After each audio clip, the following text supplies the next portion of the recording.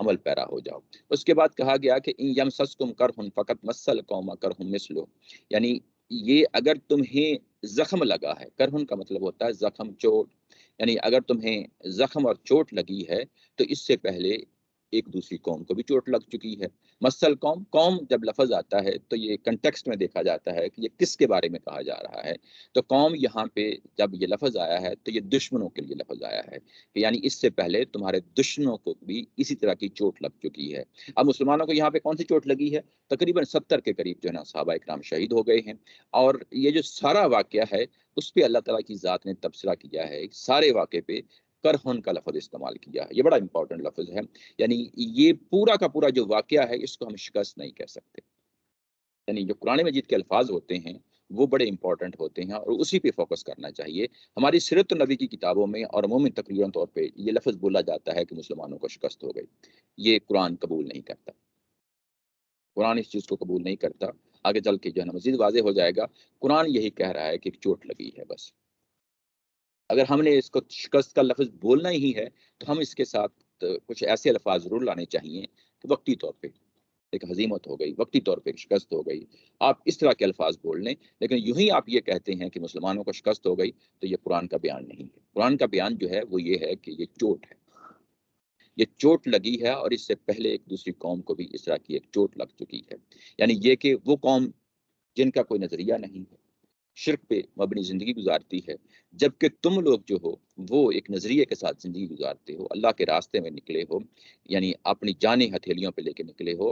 اگر تمہیں شہادت بھی ہو جاتی ہے اس راستے میں تو اس کو قبول کرنے کے لیے نکلے ہو، تو وہ جو دوسری قوم نکلی تھی ان کا تو کوئی نظریہ نہیں تھا، وہ پھر بھی آ گئی، ان کے اندر پھر بھی ایک جذبہ پیدا ہو گیا، ایک بلبلہ پیدا ہو گیا، ایک تنتنا پیدا ہو گیا، اور اس کے نتیجے میں وہ لوگ یہاں پہ آ گئے ہیں۔ اور جبکہ تم لوگ، تمہارا تو ایک خاص نظریہ ہے، تم کیوں جو ہے نا بزدل ہوتے ہو؟ تمہارے دلوں کے اندر کیوں جو ہے وہ چیز آتی ہے جو نہیں آنی چاہیے؟ یعنی وہ قوم جو پچھلے سال یعنی بدر کا حوالہ دیا گیا نا یہاں پہ کہ یعنی بدر میں شکست کھا کے گئے ہیں، بدر میں جو ہے نا تکلیف ان کو ہوئی ہے، ان کے 70 لوگ مارے گئے ہیں، 70 ان کے جو ہے نا قیدی بنا لیے گئے تھے۔ تو تمہیں جو ہے نا اگر یہ صورتحال ابھی پیش آتی ہے تو تم کیوں دل چھوٹا کر لیتے ہو، کیوں دل بزدلی دکھاتے ہو؟ وَتِلْكَ الْأَيَّامُ نُدَاوِلُهَا بَيْنَ النَّاسِ، اس کے بعد کہا کہ یہ جو ایام ہیں، یہ جو دنوں کا ہیر پھیر ہے، نداولی کا مطلب ہوتا ہے ہیر پھیر کرنا، یعنی ایک چیز کو عدل بدل کر لے کے آنا، یعنی یہ اس کے لیے نداولھا کا یعنی لفظ آیا ہے بین الناس، لوگوں کے درمیان۔ اب یہاں یہ جو بات کہی گئی ہے کہ ہم لوگوں کے درمیان دین پھیر پھیر کر لاتے ہیں، یعنی کبھی ایک قوم آگے بڑھ جاتی ہے، کبھی دوسری قوم جو ہے نا پیچھے ہٹ جاتی ہے، تو یہ چلتا رہتا ہے، یہ معاملہ یہ ہمیشہ سے رہا ہے۔ یہ جو لفظ بولا ہے یہاں پہ یا یہ سینٹینس بولا ہے وَتِلْكَ الْأَيَّامُ نُدَاوِلُهَا بَيْنَ النَّاسِ، کہ ہم لوگوں کے درمیان دنوں کو پھیرتے رہتے ہیں، دنوں کو پھیرتے رہتے ہیں، کبھی ایک کو چوٹ لگی، کبھی دوسری کو چوٹ لگی، کبھی ایک کو شکست ہوئی، کبھی دوسرے کو شکست ہوئی، کبھی ایک قوم دنیا کے جو ہے نا نقشے پہ آئی، کبھی دوسری قوم آئی، قطع نظر اس چیز کے وہ مسلم ہے یا غیر مسلم ہے اس سے کوئی فرق نہیں پڑتا۔ یہ بات ہے، یہ یہاں پہ سمجھائی گئی ہے۔ ابھی ہم نے تھوڑی دیر پہلے ایک اللہ کی سنن پڑھی تھی جس کو ہم نے عزل و نصب کہا تھا، یہ اس کے تحت جو ہے نا یہ آیا آتی ہے کہ وَتِلْكَ الْأَيَّامُ نُدَاوِلُهَا بَيْنَ النَّاسِ، یہ ایک عمومی قانون ہے، اس کا یعنی ضرورت ابراہیم کے ساتھ خاص نہیں ہے، یہ تو ایک عمومی بات ہے۔ یعنی اصل کیا چیز ہے قوموں کے درمیان؟ یہ کہ اسباب، بنیادی چیز یہی ہے نا کہ ان کے پاس زیادہ اسباب ہوتے ہیں، وہ علم کے زیادہ بہتر جگہ پہ کھڑی ہوتی ہیں، ٹیکنیک اچھی استعمال کر لیتی ہیں، ٹیکنالوجی اچھی استعمال کر لیتی ہیں، اور اخلاق بھی ظاہر ہے یہ ساری چیزیں ہوتی ہیں قوموں کے معاملے میں ہوتا ہے۔ تو یہاں پہ ظاہر ہے کہ اس عمومی قانون کا حوالہ دیا ہے کہ وَتِلْكَ الْأَيَّامُ نُدَاوِلُهَا بَيْنَ النَّاسِ۔ ایام کیا چیز ہے؟ ایام جو ہے یہ ہم اگر جو عربوں کا لٹریچر ہے جو اسلام کے آنے سے پہلے اس میں دیکھیں تو ایام سے مطلب یہ ہوتا ہے کہ جب قوموں کا کے درمیان کوئی بڑے بڑے فیصلے ہوتے ہیں، جیسے جنگیں ہو گئیں، جیسے جو ہے نا اور کچھ اس طرح قومیں اوپر ابھرتی ہیں، تو وہ جو واقعات ہوتے ہیں ان کو ایام کہتے ہیں۔ اللہ تعالیٰ کی ذات نے جو یعنی پچھلی قوموں کے ساتھ جو معاملہ کیا ہے، یعنی ان کو تباہ و برباد کیا ہے، اور پچھلی قوموں میں رسول اور رسول کے ساتھیوں کو نمایاں کیا ہے، تو ایک دوسری جگہ پہ اس کا حوالہ دیا ہے وَذَكِّرْهُمْ بِأَيَّامِ اللَّهِ، ایام اللہ، یعنی ان کو حوالہ دو اللہ کے ان بڑے بڑے دنوں کا جب جو ہے نا قوموں کے ساتھ جب معاملہ کیا گیا، تو وہاں پہ بھی لفظ ایام ہی کا استعمال ہوا ہے۔ تو یہاں پہ بھی ایام کا لفظ استعمال ہوا ہے کہ یعنی قوموں کے درمیان جو ہے نا جنگوں کے نتیجے میں کوئی قومیں اوپر اٹھتی ہیں، کوئی قومیں جو ہے نا زوال کا شکار ہو جاتی ہیں تو یہ سلسلہ چلا رہتا ہے. یعنی یہ ایک عمومی قانون کا حوالہ دیا ہے. اس کے بعد آگے جو بات کہی ہے جو اس قانون کے ساتھ جڑی ہوئی چیز ہے وہ بڑی امپورٹنٹ ہے کہ یہ کیوں کرتے ہیں ہم. وَلِيَعْلَمَ اللَّهُ الَّذِينَ آمَنُوا وَيَتَّخِذَ مِنكُمْ شُهَدَاءَ. تمہارے ساتھ جو خاص معاملہ ہے وہ معاملہ کیا ہے؟ وہ کہا گیا کہ ہم یہ اس لیے کرتے ہیں، یعنی رسولوں کے ساتھ یا رسول کے ساتھیوں کے ساتھ اس لیے کرتے ہیں کہ یہاں پہ ولی یا لم واؤ کا لفظ آ گیا ہے. جب اس طریقے سے واؤ اور لام آتا ہے، لام کا مطلب ہوتا ہے اس لیے، تاکہ، اور واؤ شروع میں آ گیا ہے تو اس کا مطلب یہ ہے کہ یہاں پہ ایک خاص چیز ہے جو یہاں پہ حذف ہو گئی ہے. یعنی قرآن مجید میں اندر جو ہے نا چیزیں حذف ہوتی ہیں تاکہ خود اس کو سمجھ لو وہ کیا ہے کہ ہم یہ آزمائش برپا کرتے ہیں. جو حذف چیز ہوئی ہے، نیچے ترجمے میں اس کو ساز محترم نے رکھا ہے، وہ یہ ہے، نیچے میں نے اس کو ہائی لائٹ بھی کر دیا کہ ان کا امتحان کریں، ان کا امتحان کریں، اور امتحان کر کے یہ دیکھ لیں، یہ پرکھ لیں. آگے آیا لفظ ولی یعلم، اور تاکہ ہم دیکھیں. یہ یعلم کا لفظ آیا ہے، علیمہ یعلم کا مطلب ہوتا ہے جاننا. تو یہاں پہ جاننے کا مطلب وہ جاننا نہیں ہے کہ جو پہلے سے مجھے معلوم نہیں ہے. اس کا ایک معنی وہ بھی ہوتا ہے کہ مجھے کچھ چیز پہلے سے معلوم نہیں تھی، مجھے بعد میں پتہ چل گیا. تو یہاں پہ وہ معنی نہیں ہے. اس کا معنی دوسرا معنی جو ہوتا ہے جان لینا، یعنی پرکھ لینا، یعنی جان لینا پرکھ لینا اس کے معنوں میں ہے کہ اللہ تعالیٰ کی ذات پرکھ لے، اللہ تعالیٰ کی ذات دیکھ لے. دیکھ لے کن کو دیکھ لے؟